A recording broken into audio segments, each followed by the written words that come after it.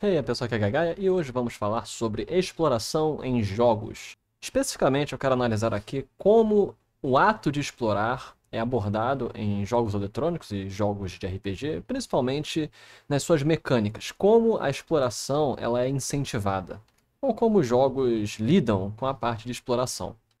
Iremos falar de alguns jogos, não entraremos profundamente em nenhum deles, mas eu quero apresentar alguns aspectos. E os jogos serão Zelda, Dark Souls, Shadow of the Colossus e Quest. Para finalizarmos um pouco com Journey, ok? Mas como sempre, vocês podem seguir o canal. Vejam que eu também estou fazendo as gravações dos meus vídeos na minha live na Twitch, que vocês podem seguir, Gai Gaia.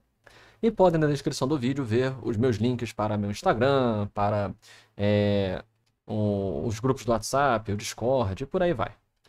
Então, o objetivo desse vídeo é a gente fazer uma análise ludológica. Isso é relacionado aos jogos e ao que promove jogos, no que diz o aspecto de exploração. E esse é um tópico muito complexo para se falar. Por exemplo, jogos de RPG. Se nós formos para os jogos tradicionais de RPG de mesa, e aí nós formos classicamente para a exploração RPG, nós vemos alguns aspectos interessantes, como no início do RPG, quando o RPG era um jogo mais de guerra, de tabuleiro, a exploração era muito intrincada dentro do aspecto de você fazer mapas, contar o tempo de exploração, andar, desarmar armadilhas. Então era um processo muito metódico e muito gameista nesse aspecto. Lembrando os fundamentos de jogos de RPG, o gameismo, o simulacionismo e o narrativismo, que se aplicam também, essa teoria dos jogos, teoria ludológica, se aplica também a outros jogos. Você tem um aspecto de jogo, que são os desafios a serem vencidos, as dificuldades propriamente ditas dentro do jogo e como você vence através das mecânicas. Você tem a simulação, que é o aspecto de imersão tua dentro do jogo, você se sentir enquanto personagem, ou você se sentir dentro do jogo, querer interpretar um personagem dentro dele. E o aspecto narrativo, que é a lore, a história do jogo, o desenvolvimento dos personagens e por aí vai. São os três grandes aspectos de jogo, para além da estética, que entra em gráficos, blá blá blá, deixando gráficos de lado. Essa teoria ludológica vai para todos os aspectos e a exploração entra em todos os pilares. Você pode ter a exploração como um aspecto narrativo, como um aspecto simulativo ou como um aspecto gameista, joguista. Por quê? Por que esses três aspectos, esses três pilares também se aplicam à exploração? Porque o primeiro passo a se perguntar é como a exploração adentra em seu jogo. Vai ter alguma questão nisso? Por isso que eu peguei jogos onde a exploração é o fundamento, ou é um dos fundamentos basilares dos jogos. Então, por quê? Explorar, não vamos adentrar aqui muito profundamente na teoria da exploração, mas de maneira geral, explorar é quando você, aleatoriamente ou randomicamente, ou até mesmo com algum objetivo, é quando você tenta descobrir, tenta desvendar, tenta expandir o mapa do jogo, o que você conhece do jogo. Porque normalmente quando nós adentramos dentro de um jogo, seja jogo de RPG, seja jogo de tabuleiro, seja jogo de jogo eletrônico, nós temos um campo de visibilidade, um campo de atuação. A expansão desse campo de atuação é a exploração.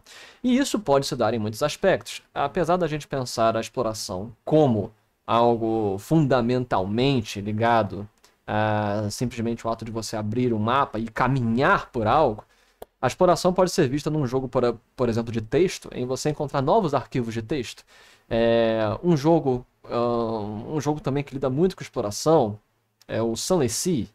Então, o jogo Sunless Sea lida muito com exploração, você é um barquinho viajando, existe a exploração física dentro do mar, subterrâneo, do mar sem sol, Sunless Sea, mas existe também o aspecto de exploração textual, porque o jogo é majoritariamente um jogo de texto, menos do que um jogo de navegação. Apesar da navegação ser importante dentro do jogo da Steam, ele é fundamentalmente um jogo de texto.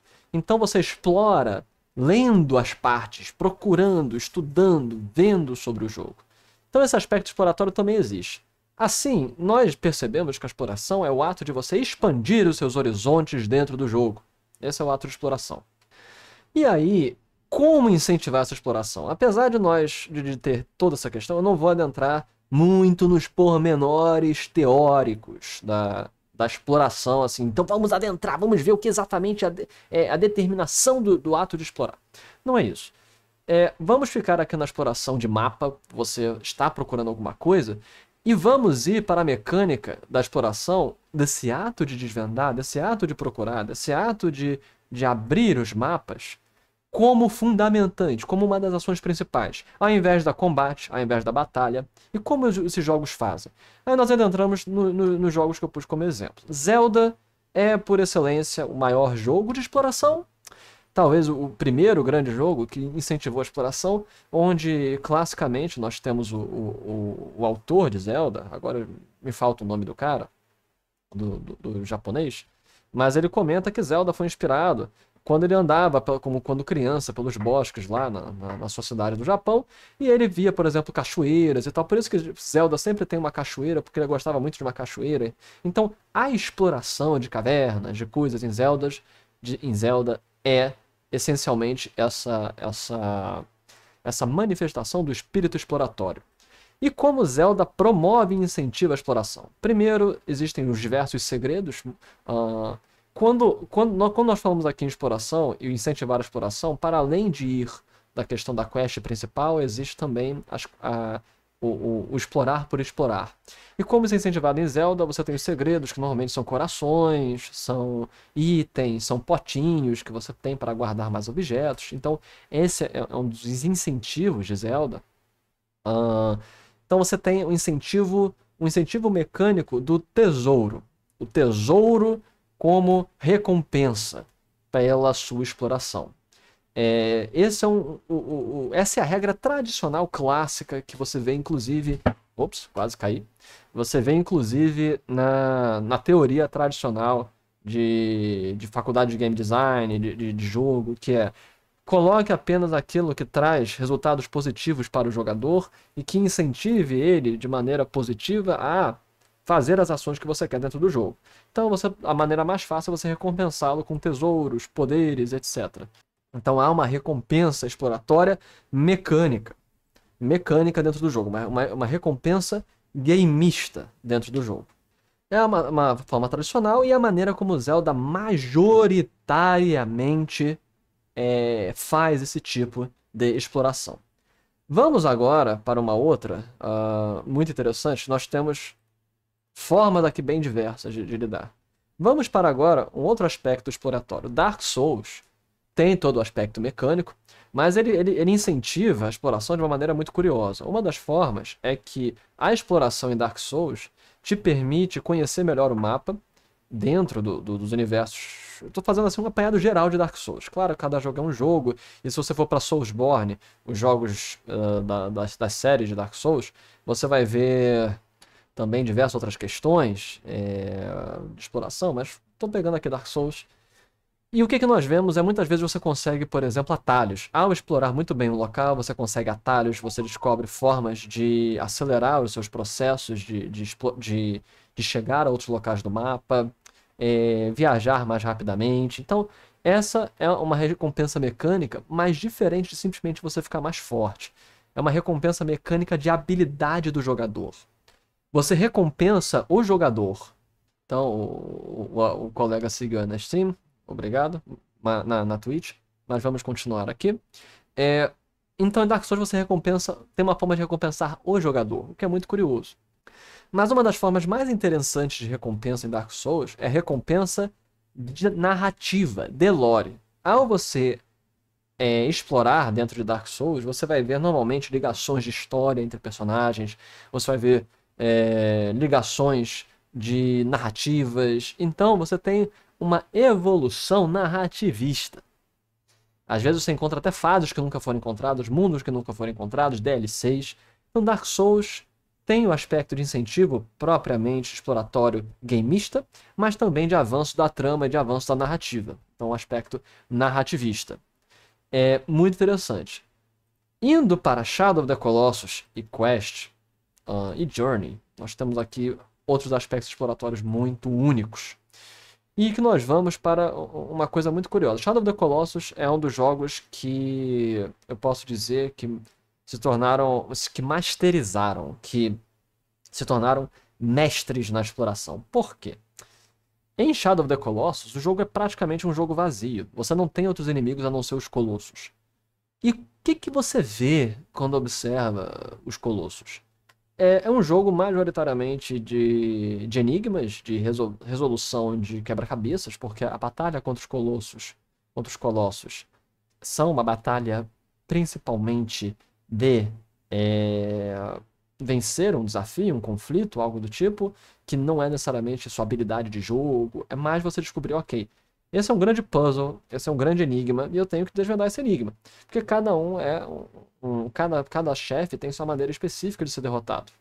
Então, esse é um dos aspectos de Shadow of the Colossus.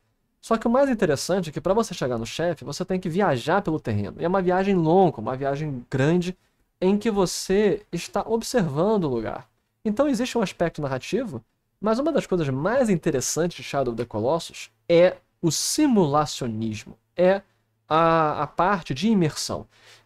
O nome simulacionismo às vezes é muito complicado porque ele entra em aspectos que confundem com emulação, e mais a imersão, imersionismo talvez seja o melhor nome. Eu talvez tenha que fazer um vídeo discutindo sobre teoria, a teoria geral da ludológica. Mas nós estamos falando aqui da parte imersiva, da parte de imersão. E o engraçado de Shadow of the Colossus é isso, que quando você está caminhando pelo mundo, você está se sentindo dentro desse mundo. E não tem muitas recompensas. Existem algumas recompensas de exploração, onde você come os lagartinhos e fica mais forte, aumenta a sua vida, come a fruta e aumenta a sua vida. Tem essa recompensa mecânica exploratória, mas na maioria das vezes, quando você vai para o caminho do boss, dos chefes, é uma recompensa principalmente estética e simulativa. Porque você está sentindo-se dentro do mundo, realmente se movendo, vencendo. Há uma parte de desafio de você chegar no lugar, cada vez mais longe, cada vez mais difícil chegar no local, mas há uma imersão. Então, Shadow of the Colossus traz uma outra dimensão, que é você se sentir dentro do lugar, tendo que ir para os seus respectivos mundos, seus respectivos locais. Muito fantástico. Então nós temos aqui 3 vertentes muito diferentes do jogo, de cada um dos jogos. E aí nós vamos para um jogo que eu quero fazer um vídeo específico, que eu acho que é um grande exemplo de jogo subvalorizado ao longo da história, e que pode ser de grande auxílio, de grande uso para quem quer desenvolver jogos, quem quer compreender de teoria de jogo, que é Quest 64. Quest 64 é o primeiro RPG da Nintendo, do Nintendo 64. Tem vídeos falando sobre isso, mas o mais interessante de Quest é que ele é um jogo onde grande parte dele é você andando aleatoriamente pelo mundo e vendo o mundo. Ele incentiva em 3 aspectos. Os 3 aspectos que nós comentamos é abordado em Quest. Um aspecto gameista, porque ao caminhar, primeiro, um dos aspectos é quanto mais você anda, quanto mais dano você toma, quanto mais você entra em combate, e os combates em Quest são aleatórios, então você está andando pelo mundo e confronta aleatoriamente os monstros. Quanto mais você anda em Quest, mais você, por exemplo, ganha velocidade, ganha alcance dos seus ataques, ganha vida. Então tem um aspecto mecânico de você andar, explorar e ganhar pontos. Muito interessante. Além disso, você ganha pontos de magia para você aumentar os seus elementos dentro de Quest, que eles estão espalhados pelo mundo. E você também tem um aspecto de imersão, porque o mundo é muito vasto. Para um jogo assim de Nintendo 64, ele é muito vasto. Então você vai conhecendo o mundo, há um aspecto estético muito bonito em Quest. Então você é recompensado andando e conhecendo o mundo. E é um aspecto de história, porque há locais específicos perdidos pelo mundo que você vai descobrindo e vai desenvolvendo a história dentro do jogo. Então Quest ele meio que aborda todos os aspectos que nós conversamos aqui. E merece um vídeo específico falando sobre Quest. Journey, falando rapidamente, é um jogo puramente meio curioso, porque o que importa é a jornada, é a exploração, mas é uma exploração com o objetivo único de chegar ao fim.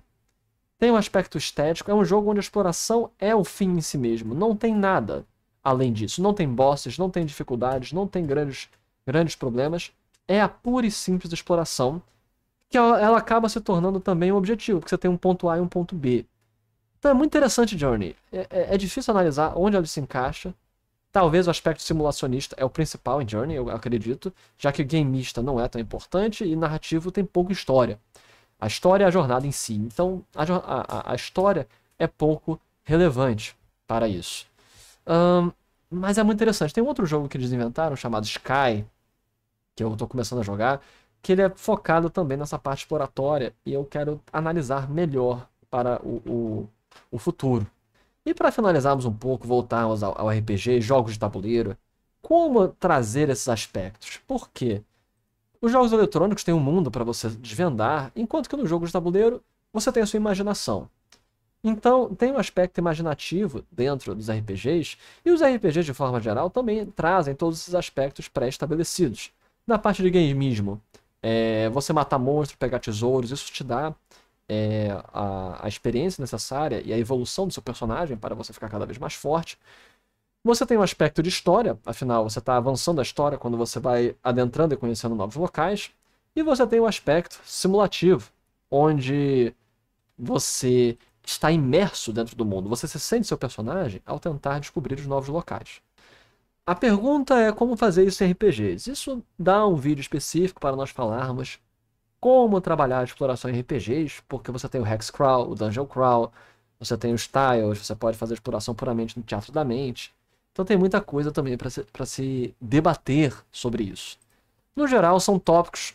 Me digam o que vocês acham, que ponto ou aspecto vocês gostariam que eu falasse melhor. Nós podemos, por exemplo, adentrar mais em cada um desses jogos. A exploração e a análise de cada um desses jogos nos faz ter lições diferentes da parte ludológica. Como trabalhar a ludologia e a teoria de game design, tanto para jogos eletrônicos quanto para jogos físicos. Mas no geral, como vocês acham, como vocês gostam, qual é o jogo que vocês mais gostam dessa parte explorativa? Aqui foi Gaia. Até a próxima, pessoal. Falou!